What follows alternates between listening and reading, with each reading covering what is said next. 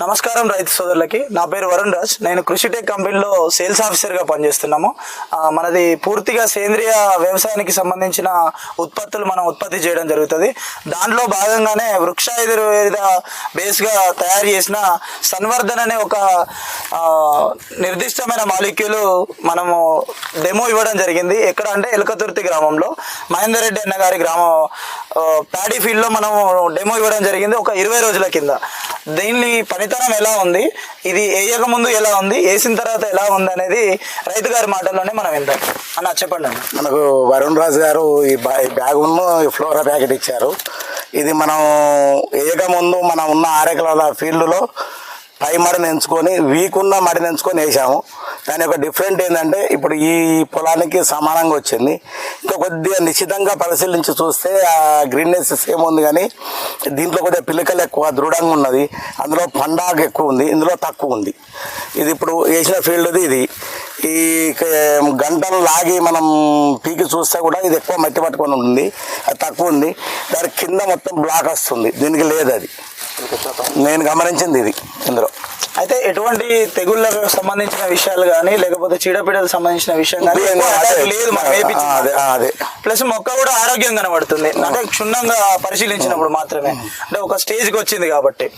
అయితే మనము అబ్జర్వ్ చేయాల్సింది ఏంటంటే సేంద్రియ సంబంధించిన మనము సన్వర్ధన్ అనే బ్యాగ్ వేయించినాం కాబట్టి దీంట్లో 16 రకాల మూలికలు ఉంటాయి.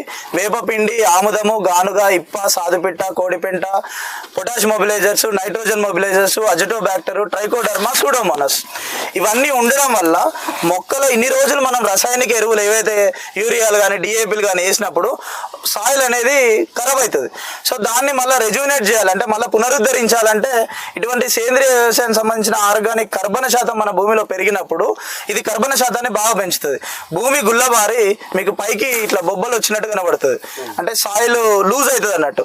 మనకి ఎప్పుడైతే నేల లూజ్ అవుతుందో అప్పుడు వేరు వ్యవస్థ బాగా పెరిగి ఇటువంటి మట్టి అనేది దీన్ని పట్టుకుంటుంది. అంటే మట్టే కదా పట్టుకుంది అనే టైప్లో వదిలేయద్దు.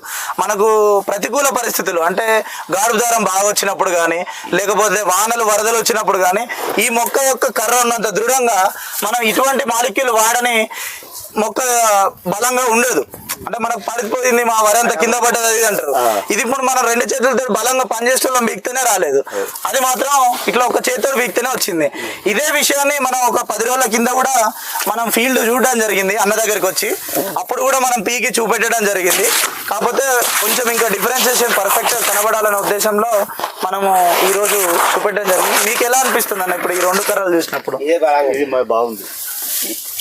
ఈ కర్ర బలంగా ఉంది, బ్లాక్ రాలేదు. అది బ్లాక్ వచ్చింది, వీక్ ఉంది. ఇప్పుడు మనము పక్కగా అన్న ఫీల్డ్కి సంబంధించింది అదొక మడి, ఇదొక మడి. ఆ మళ్ళీకి వెళ్ళి ఈ కర్రను బీకడం జరిగింది, ఇది వేసిన మళ్ళీకి వెళ్ళి ఈ కర్రను బీకడం జరిగింది. ఆ మడి వేయలేదు, ఈ మడి వేసింది. అవును, వేసిందంటే మంచిగా ఉన్నది. అది ఎందుకు కొంచెం తేడా ఉంది. ధన్యవాదాలు రైతు సోదరులకి. ఈ సేంద్రియ వ్యవసాయానికి సంబంధించిన ఉత్పాదనలు వాడి మీరు అధిక లాభాలతో పాటు పర్యావరణాన్ని కూడా కాపాడాలని నేను ఆకాంక్షిస్తున్నాను. నమస్కారం.